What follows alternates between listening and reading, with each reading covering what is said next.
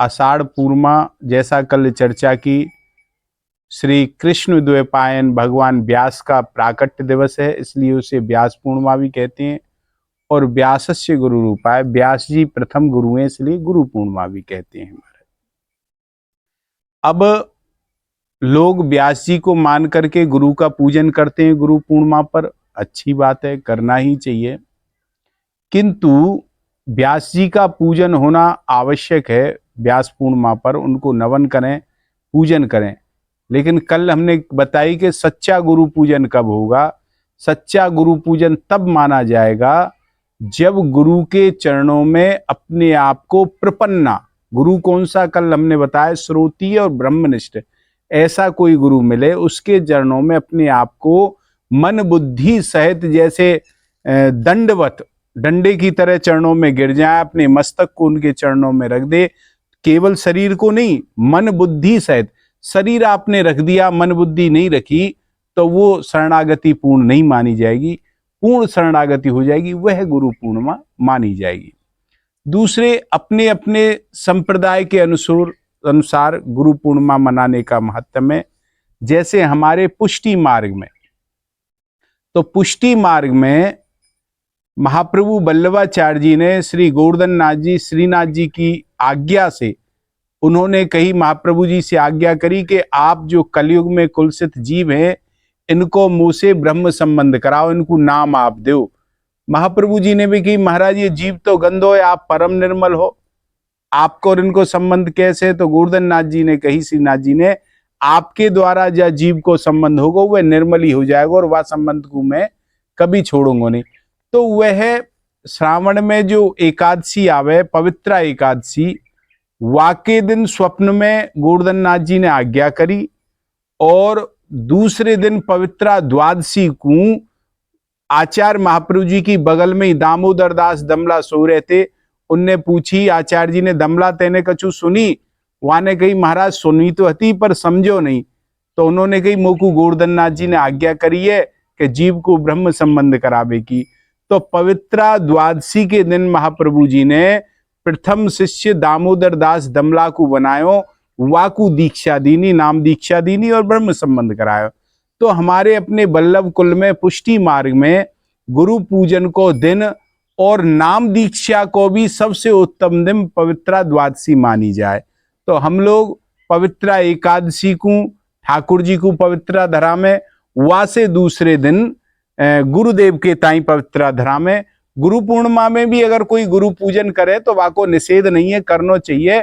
किंतु हमारे अपने वल्लभ कुल में पवित्रा द्वादशी के दिन ही गुरु पूजन अबादिन तो अवश्य करना ही चाहिए। तो यह प्रकार से वो रहे। तो गुरु की महिमा में एक श्लोक हम आप सब बोले, बाकी चर्चा थोड़ी सी करेंगे कि गुरुर ब्रह्मा गुरुर विष्णु गुरुर्देव महेश्वरा, और गुरुर साक्षात परब्रह्म तस्मै श्री गुरुवे नमः। गुरुर ब्रह्मा गुरुर विष्णु गुरुर्देवो महेश्वरा, और देव कौन है? तीन, ब्रह्मा विष्णु महेश। अब गुरु ब्रह्मा है, गुरु विष्णु है, गुरु महेश्वर है, तो अब गुरुर साक्षात परब्रह्म, जब तीनों देवता हो गए तो फिर ये साक्षात परब्रह्म कहां से आ गया? इसका क्या तात्पर्य कहने का? भाई गुरु ब्रह्मा गुरु विष्णु गुरुर्देव महेश्वरा, गुरुर साक्षात परम। अब साक्षात परब्रह्म कौन है? तो संतों ने इसका भाव किया है कि गुरु ब्रह्मा के रूप, जैसे ब्रह्मा का काम है सृष्टि की रचना करना, ऐसे ही गुरु शिष्य के हृदय में ज्ञान की सृष्टि करते हैं, ज्ञान की रचना करते हैं, भगवान की उसके संस्कारों की रचना गुरु करते हैं, संस्कारों की सृष्टि गुरु करते हैं। गुरुर ब्रह्मा गुरुर विष्णु, ब्रह्मा जी का क्या काम है, विष्णु जी का क्या काम है? सृष्टि का पालन करना। ऐसे ही गुरुदेव अपनी कृपा से, आशीर्वाद से उसके संस्कारों की रक्षा करते हैं, पोषण करते हैं कि वह संस्कारों से हटके कुसंस्कारों में नहीं पड़ जाए, ये करते हैं। और गुरुर्देव महेश्वरा, गुरु महेश के स्वरूप में क्या कार्य करते हैं? गुरु महेश के, महेश का, भोले बाबा का क्या काम है? संहरण करना, प्रलय करना, संहरण करना। तो ऐसे ही गुरुदेव भोले बाबा के रूप में अपने शिष्य के हृदय में जो अज्ञान रूपी अंधकार होता है उसका संहरण करते हैं। इसलिए अब बात आई कि भाई गुरु साक्षात परब्रह्म की बात कहवाई, क्योंकि गुरु इनसे ऊपर है। इन तीनों का काम कच्चा नजर आता है। भाई ब्रह्मा जी जिस सृष्टि की रचना करते हैं, जिस प्राणी को बनाते हैं वह मरता है, तो इसका मतलब उनकी सृष्टि अधूरी रही। भाई बना दिया फिर वो खत्म हो गया। भगवान विष्णु पोषण करते हैं, उसके बावजूद भी अनेकों को भूखा प्यासा देखा जाता है, तो उनका काम भी कच्चा घर रहा। और भोले बाबा सृष्टि को विलय करते हैं, नाश करते हैं, उसके बाद भी पुनः सृष्टि की रचना हो जाती है। तो इन तीनों का काम कच्चा हुआ कि नहीं हुआ। किंतु गुरुदेव जिस सृष्टि की रचना करते हैं, गुरुदेव अपने द्वारा जिस शिष्य में जो संस्कार उत्पन्न कर देते हैं, वह संस्कार कभी मरते नहीं है। इसलिए गुरुदेव का ब्रह्मा जी से सृष्टि काम हुआ। और गुरुदेव जिसका अपने ज्ञान से पोषण करते हैं, वह कभी भूखा प्यासा नहीं रहता, पूर्ण तृप्त रहता है, इसलिए विष्णु जी से रहा। और गुरुदेव जिस शिष्य के अज्ञान का अपने ज्ञान रूपी सूर्य से, अपने ज्ञान रूपी तेज से नाश कर देते हैं, वह अज्ञान पुनः कभी उत्पन्न नहीं होता। इसलिए गुरु को साक्षात परब्रह्म कहा है। इन तीनों से ऊपर गुरु को माना गया है कि जो ये काम तीनों अलग अलग करते हैं, वही काम गुरुदेव अकेले करते हैं। और अकेले करके भी ऐसा करते हैं कि वह पुनः दोबारा नष्ट नहीं होता। इसलिए गुरुदेव को साक्षात परब्रह्म कहा गया है। महाराज यहां भगवान ने भी गुरु को आचार्य माना है, अपने से ज्यादा माना है। आचार्य को मेरा स्वरूप जानना चाहिए, भगवान ने कहा है। उनका कभी अपमान नहीं करना चाहिए और ना मनुष्य मानकर, गुरु को मनुष्य नहीं समझना चाहिए, उनकी कभी निंदा करनी, क्योंकि गुरु सदैव देव में है, एक बार नहीं हमेशा देव में है। तो इस प्रकार से गुरु की वह करनी चाहिए। महाराज दूसरे गुरु को भी आचार्य कहते हैं। आचार्य उसे कहते हैं जो आचरण में लाए अपने में, केवल वाणी में ही उसके में वो नहीं हो शिक्षा। मैं औरों को तो शिक्षा दूं और मेरे आचरण उससे बिल्कुल विपरीत हैं, तो वह आचार्य नहीं कहा जाएगा, वह तो केवल वाणी का प्रयोग करने वाला व्यक्ति कहा जाएगा।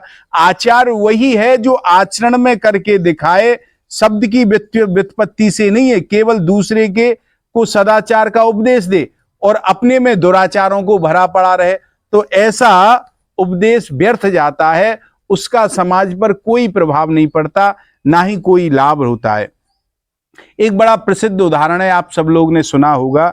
एक गांव में किसी महानुभाव के इकलौते पुत्र को गुड़ खाने की आदत थी। महाराज वह गुड़ खाता था, तो वो एक माता अपने पुत्र को लेकर के किसी संत के पास पहुंची। बाबा देखियो ये छोरा बड़ो गुड़ खावे, माने ना है, जब देखो जब गुड़े चोर क्यों खा जाए और ज्यादा गुड़ खातो रे, ऐसो हमारो छोरा है। महाराज तो बाबा ने कही या समझा, बाबा ने की ऐसा हो या 15 दिन बाद लियो। तो वो माता अपने बालक को घर ले आई और घर ला करके वह रही। फिर पुनः 15 दिन बाद में गई, तो उसने बाबा के पास गई, तो बाबा ने सर पर हाथ फेर करके कहा, बेटा गुड़ मत खाया करो, गुड़ अच्छी बात नहीं है। मैया बोली, बाबा इतनी बात कहनी तो तेने 15 दिन पहले क्यों नहीं कह दी, व्यर्थ में ही मेरे 15 दिन गए और एक दोबारा चक्कर और मुझे करना पड़ो। तो बाबा ने कही, मैया जब तुम मेरे पास आई थी उस समय मैं खुद गुड़ खाता था, और जब मैं खुद गुड़ खाता हूं तो इससे गुड़ खाने की मना कैसे कर दूं। यदि मैं इससे मना करता तो मेरी बात का प्रभाव नहीं जाता। 15 दिन में पहले मैंने गुड़ खाना छोड़ा है, तब इससे कहिए, तब मेरी बात का इस पर प्रभाव जाएगा। तो आचार्य वही है जो आचरण करके दिखाए।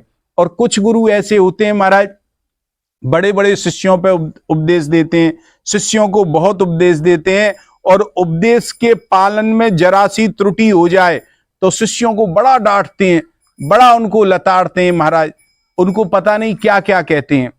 एक गुरुजी के शिष्य थे कई, और गुरुजी एक दिन भोजन में पंगत में उन्हें सिखाते, संध्या करो, तिलक स्वरूप करो, माला धारण करो, गायत्री करो, सिखाते रहते थे। तो गुरुजी भोजन करने के लिए सब शिष्य बैठे। एक शिष्य बेचारा जल्दी में आ गया होगा, उसने तिलक स्वरूप नहीं किया, तो गुरुजी ने उसको बड़ा डांट लगाई। गुरुजी ने कहा, ए तुमको समझ नहीं है, इतने दिन से तुम हमारे पास रहते हो और बिना तिलक स्वरूप किए भोजन में बैठ के आगे, क्या विद्यार्थी हो तुम, क्या शिष्य हो। शिष्य बड़ा बेचारा परेशान हुआ। दूसरे दिन वह बड़ी सावधानी से तिलक स्वरूप करके आया। इत्तेफाक से क्या हुआ, दूसरे 2-3 दिन बाद गुरुजी खुद तिलक स्वरूप करना भूल गए और भोजन में बैठे हुए थे। अब वहां बैठे हुए थे तो किसी ने तो भाई नहीं पूछ पाए, शिष्यों ने देखा तो सही पर हिम्मत नहीं की। एक शिष्य ने हिम्मत करके पूछ लिया, गुरुजी आप तो कहते हो बगैर तिलक स्वरूप के नहीं रहना चाहिए, और आपने, गुरुजी ने उसको कहा, तुम क्या हमको साधारण समझते हो, तुम्हें क्या पता गुरुजी किस ख्याल में डूबे हुए हैं। अब शिष्य समझ गया, अब गुरुजी से कुछ नहीं बोला। जब भी गुरुजी से कोई वैसी हो तो शिष्य समझ लेते, अरे गुरुजी पता नहीं किस ख्याल में। एक दिन गुरुजी को किसी सेवक के यहाँ जाना था, सेवखाने में, तो उन्होंने एक शिष्य से कहा, भाई घोड़े पर तुम जीन कस दो, घोड़े से जाते थे ना पहले। तो उस शिष्य से जीन थोड़ी ढीली रह गई। अब ढीली जीन रह गई, गुरुजी उस पे बैठ के चलने लगे। तो चलने लगे तो रास्ते में जैसे ढीली जीन रही तो जीन खिसकने लगी, गुरुजी लुढ़कने लगे। और गुरुजी अब आए लगे, अरे क्या करा, बचा बचा। और शिष्य जाने लगे। उस शिष्य ने, अरे रुको रुको रुको, तुम्हें क्या पता गुरुजी किस ख्याल में, गुरुजी तो ख्याल में, मत रोको। राहगीर आगे चले, अब गुरुजी चिल्लाए, शिष्य नहीं रोके। कुछ राहगीर जा रहे थे, वह रोकने को हुए तो उसने रोक दिया, अरे तुम्हें सौगंध है तुम्हारे धर्म की अगर गुरुजी को रोका, क्योंकि गुरुजी तो पता नहीं किस ख्याल में रहते हैं।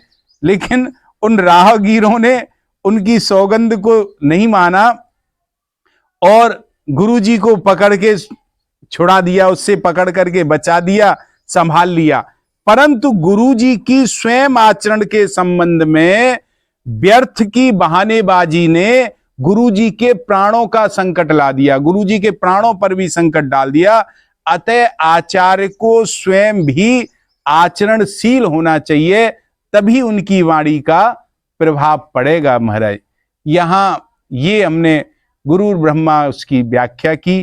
ठाकुर जी करेंगे तो फिर कल